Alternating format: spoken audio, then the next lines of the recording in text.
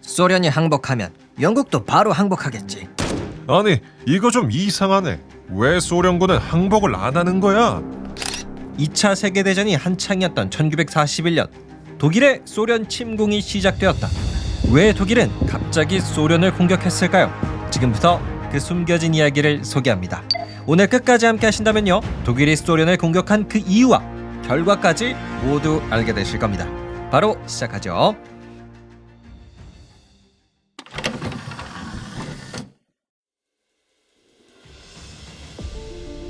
때는 1939년 8월 2차 세계대전이 터지기 직전이었다.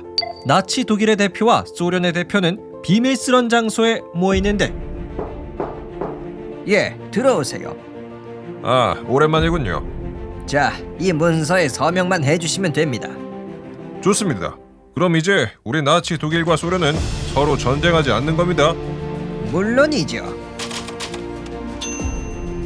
이름하야 독소 불가침 조약, 즉 독일과 소련은 서로 공격하거나 전쟁을 벌이지 않겠다는 약속이었다. 이후 1939년 9월 1일 독일은 폴란드를 공격하며 2차 세계대전을 일으켰다. 하하, 이제 폴란드는 우리 나치 독일의 것이다.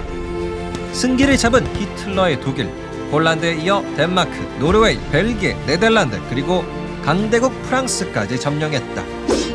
이는 2차 세계대전이 시작되고 채 1년도 되지 않은 시점에서 거둔 거대한 성과였는데, 그런데 때는 1940년 히틀러에 대항해 끝까지 맞서 싸우는 나라가 있었다. 바로 영국. 영국의 총리 윈스턴 처칠이 말한다. 우리는 끝까지 히틀러에 맞서 싸울 것입니다. 모두 힘을 냅시다. 분노한 히틀러는 영국에게 말했다. 영국 놈들 안 되겠어. 영국 땅에 폭격기를 보내 런던을 불바다로 만들고 항복을 받아내자.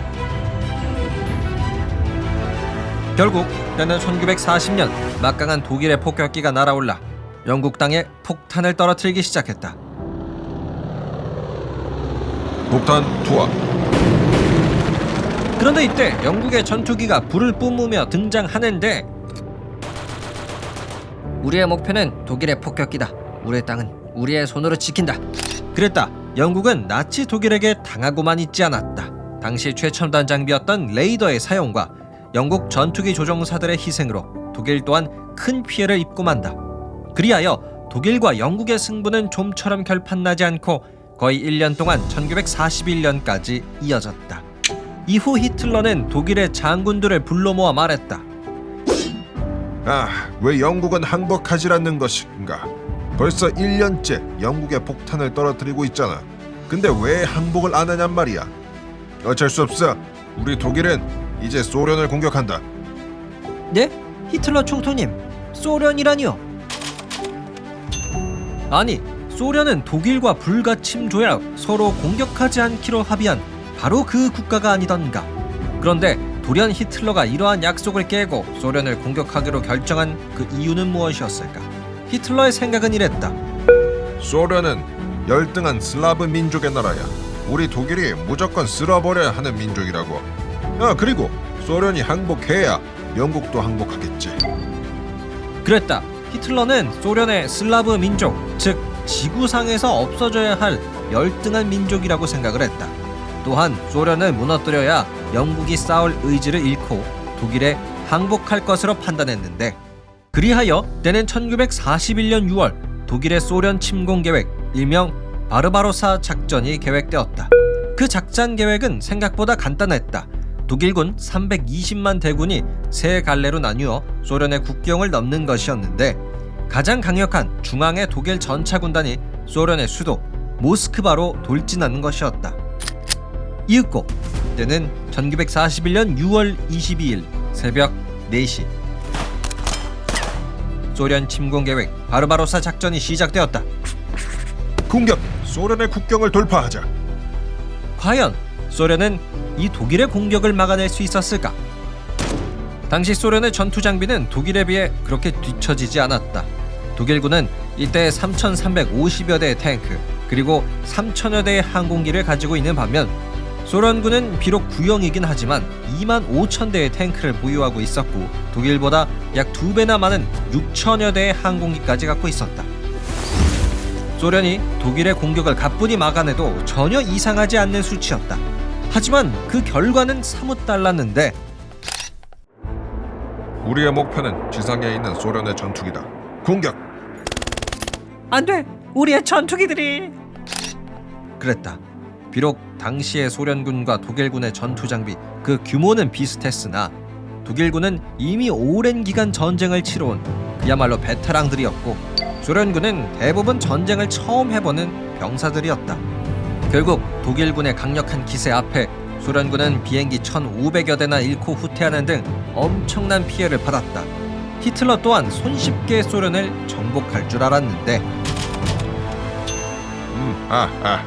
네, 그럴 줄 알았어. 소련은 우리 독일에게 아주 쉬운 먹잇감이라니까.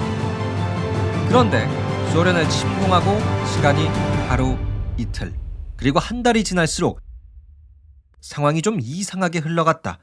독일의 한 장군이 말한다. 아니, 이거 좀 이상하네. 왜 소련군은 항복을 안 하는 거야? 그랬다. 소련군은 아무리 상황이 불리해도 좀처럼 항복하지 않았다. 물론 나라를 지키고 싶어하는 생각이 있었겠지만 당시 소련에서는 이런 일이 일어나기도 했었다고 한다. 소련의 한 장군이 말한다. 이놈들 독일군이 무서워 항복하고 도망갔었지. 아니 어떻게 위대한 소련군이 그런 비겁한 짓을 할 수가 있나? 여봐라, 저 도망친 부대를 모조리 화형시켜버려. 이처럼 소련은 도망가는 자신의 군인들을 붙잡아 모조리 죽였다. 그래서 소련의 군인들은 어차피 도망가면 죽는다 라는 그 무서움 때문에 독일과의 전투에서 더 열심히 싸울 수밖에 없었다. 하지만 이러한 점에도 불구하고 독일의 전차 군단은 전진을 거듭했다. 점점 소련의 땅 깊숙이 들어가기 시작했는데 당시 영국과 미국의 여론은 이렇게 평가했다. 이제는 소련마저 나치 독일에게 패배하는구나. 독일의 소련 침공이 시작되고 약 5개월 만에 위풍당당한 독일군 소련의 수도 모스크바를 30km밖에 남겨놓지 않은 아주 가까운 지점까지 전진했다. 그런데 그때였다. 우리 소련의 무서움을 보여주지. 최신식의 소련 탱크를 가져왔다. 모두 돌격! 그랬다. 당시 소련의 주코프 장군은 소련의 동쪽에서부터 가장 최신식의 군대를 이끌고 왔다. 그리고 독일군을 향한 총공격, 즉 제대로 된 반격을 시작했다. 결국 독일군은 수도 모스크바 정복을 30km 남긴 지점에서부터 후퇴해 오히려 뒤로 밀리고 말았다. 하지만 소련군 또한 독일군을 완전히 그들의 땅에서 몰아내진 못했는데 과연 이후의 2차 세계대전은 어떻게 진행될까? 다음 시간에 계속됩니다. 끝! 네, 오늘은 2차 세계대전 독일의 소련 침공에 대해서 한번 알아봤습니다. 원래 독일과 소련은 서로 상호 불가침 조약, 서로 공격하지 말자라는 약속을 해놨었던 상황이었는데요. 히틀러는 이 약속을 깨버리고 소련을 공격했었습니다. 소련은 처음에 굉장히 많은 패배를 거듭했는데요. 하지만 최신식의 군대를 가져와서 독일에게 반격을 했었어요. 당시의 소련은요, 1930년대에 이미 공업화에 성공을 해가지고 한 달에 2천여 대의 탱크, 3천여 대의 항공기를 만들 수 있는 엄청난 군사력을 갖고 있는 나라였다고 해요. 하지만 소련은 아시다시피 공산주의, 워낙 폐쇄적인 정책을 쓰고 있었기 때문에 다른 나라들이 이러한 사실을 알지 못해서 소련을 좀 얕잡아 본 느낌도 있어요. 그냥 히틀러가 가뿐하게 소련을 이길 거라고 생각을 했던 것 같습니다. 저는 오늘의 이야기를 하면서 이런 생각을 했어요. 이 국가 간의 약속이라는 거 언제든지 깨질 수 있구나. 어떤 문서나 약속에만 의지하면 안 되는 거구나 라는 생각이 들었는데요.